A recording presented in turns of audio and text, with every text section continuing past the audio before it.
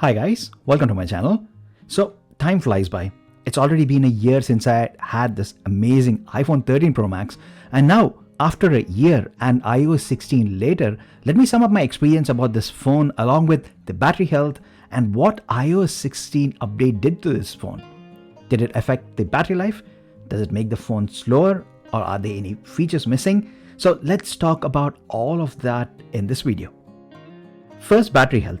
Guys, after a year, I'm pleased to report that the battery health is still at 100%. Now, this phone is my daily driver. So besides using this phone for my day-to-day smartphone stuff, I also use this phone to create videos for my channel. Yes, every video which doesn't show this iPhone is actually shot using this iPhone.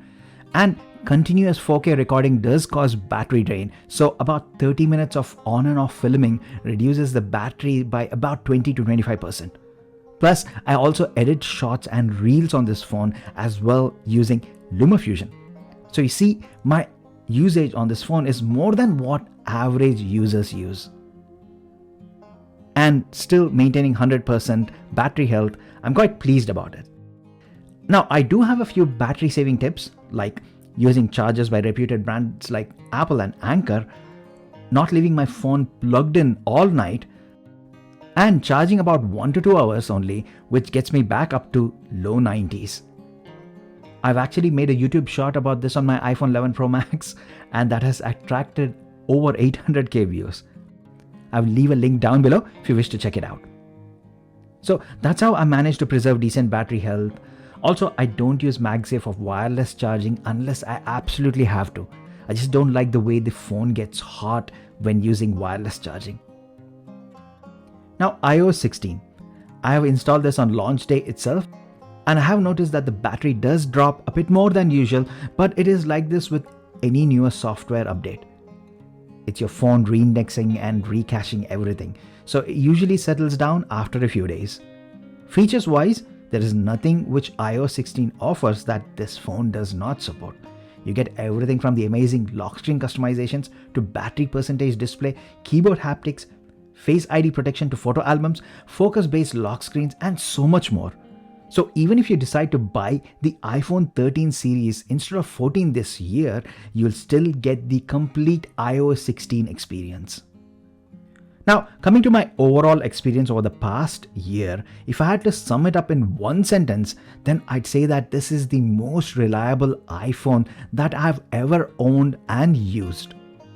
There are three main factors contributing to this statement, and they are battery life, camera, and performance.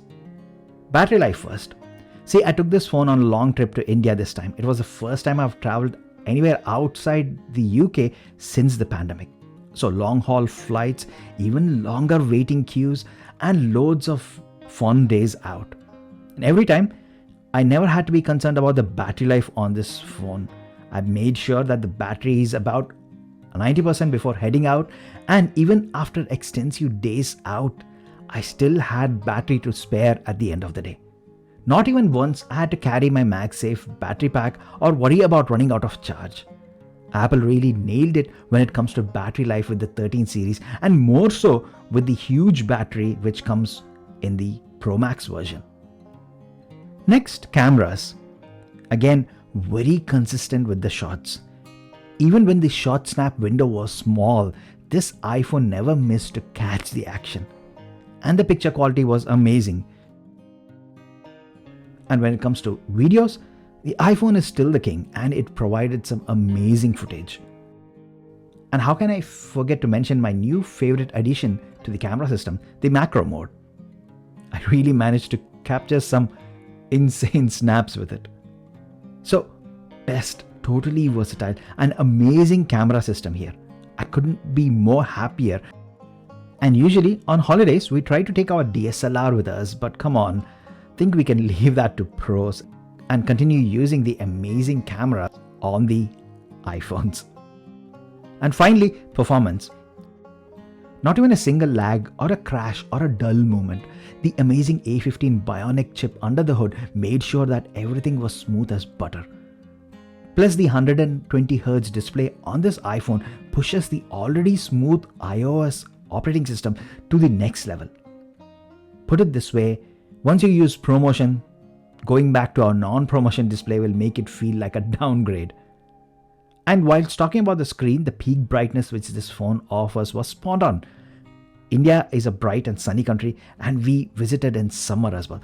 So with the extra bright sunshine and the peak brightness which this phone offered was just perfect. I did do plenty of 4K video editing on this phone and never not even once encountered a single problem. iOS and LumaFusion work really amazing together. I thought Android also had this, but sadly LumaFusion is not available on Android phones at the moment. So that sums up my complete experience about this amazing iPhone 13 Pro Max. This, guys, is really one amazing phone, and I know Apple is not offering the 13 Pro series directly, but plenty of network providers and third-party sellers have this for even lower costs. And if you decide to buy this instead of the 14 Pro series, in order to save some cost, then you'll be getting an amazing phone which will be good for at least the next 4 years or even more. Phones, especially the iPhones, have peaked in terms of performance that you should feel no dearth of power even if you go for the last gen model like this 13 Pro Max. So that sums up my experience with this amazing phone, guys. I still absolutely love it, but I am also a content creator, so I am getting the iPhone 14 Pro Max. Just missed the Apple's shipping window because the website kept crashing, but it is on its way. I've got loads of accessories and cases lined up for that. So please subscribe to my channel, support me, and I'll keep making these videos for you. And as always, thanks a lot for staying with me until the end. I will see you in my next video. Bye for now.